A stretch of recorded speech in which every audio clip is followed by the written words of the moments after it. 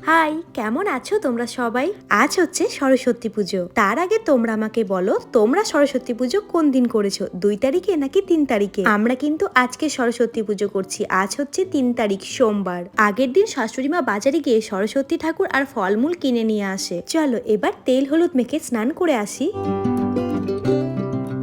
স্নান করে আসার পর প্রথমে আমি ঠাকুরের ফলগুলো কেটে নিয়েছিলাম, তারপর গোপালদেরকে সুন্দর করে স্নান করিয়ে সুন্দর জামা পরিয়ে দিয়েছিলাম। সবকিছু আগে থেকে রেডি করে রেখেছিলাম, কারণ ঠাকুর মশাই আসার সময় হয়ে গেছে। নানাবিধং সোপকরণ পঞ্চজনং ঋষিকেশ দেবদত্তায় পুজো হয়ে যাবার পর তারপর রান্না বান্না করার ছিল, অনেকটাই ব্যস্ত ছিলাম, সেই কারণে আমি আর দুপুরবেলায় কোনো ভিডিও করতে পারিনি। তো যাই হোক, তারপর আমরা সন্ধেবেলায় একটু ঠাকুর দেখতে বেরিয়ে পড়লাম। কতগুলো ঠাকুর দেখলাম, কোথায় কোথায় ঠাকুর দেখলাম আর কেমন সাজানো হয়েছে সবটাই কিন্তু তোমাদের সাথে এই ভিডিওতে শেয়ার করব। সেই জন্য তোমাদেরকে কিন্তু পুরো ভিডিওটা দেখতে হবে।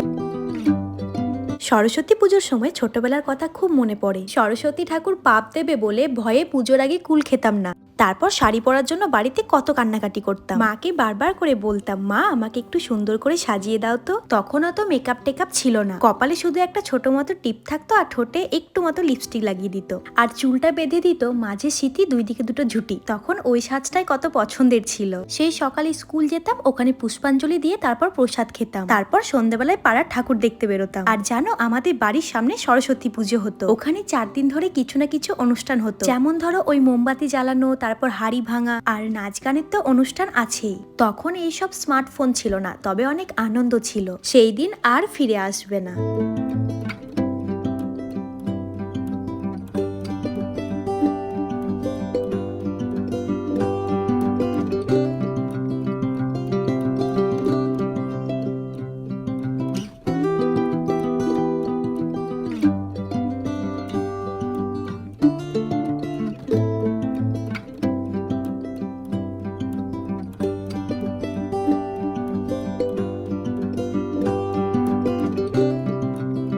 চলো তোমরা পুরো ভিডিওটা দেখতে থাকো। আজ তাহলে আমি আসি, আবার তোমাদের সঙ্গে দেখা হবে অন্য কোনো একটা ভিডিওতে।